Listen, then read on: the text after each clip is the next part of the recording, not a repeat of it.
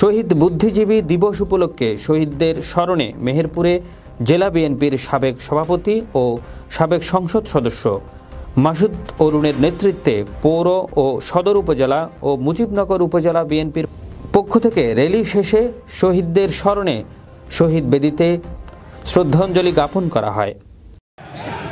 কি হয়েছে সেটা বড় কথা নয়, আমরা যারা রাজপথে ছিলাম রাজপথের সংগ্রামে থাকবো ইনশাআল্লাহ।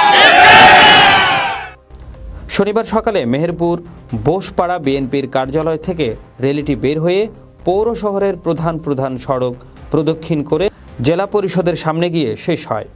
র্যালি শেষে জেলা পরিষদের সামনে শহীদ বেদিতে শহীদদের স্মরণে পুষ্পমাল্য দিয়ে শ্রদ্ধাঞ্জলি জ্ঞাপন করা হয়।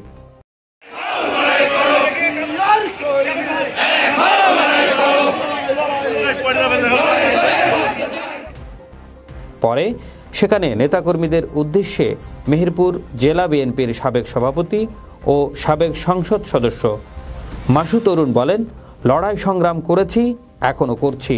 লড়াই সংগ্রামের মধ্য দিয়ে মানুষের অধিকার ফিরিয়ে দেব। মানুষ তার ভোটের অধিকার পাবে। এদেশ হবে জনগণের, রাষ্ট্র পরিচালনার মালিক হবে জনগণ।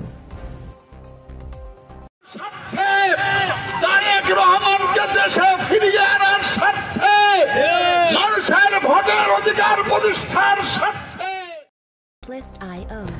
দেখছিলেন মেহেরপুর প্রতিনিধি হামিদুল ইসলামের রিপোর্ট।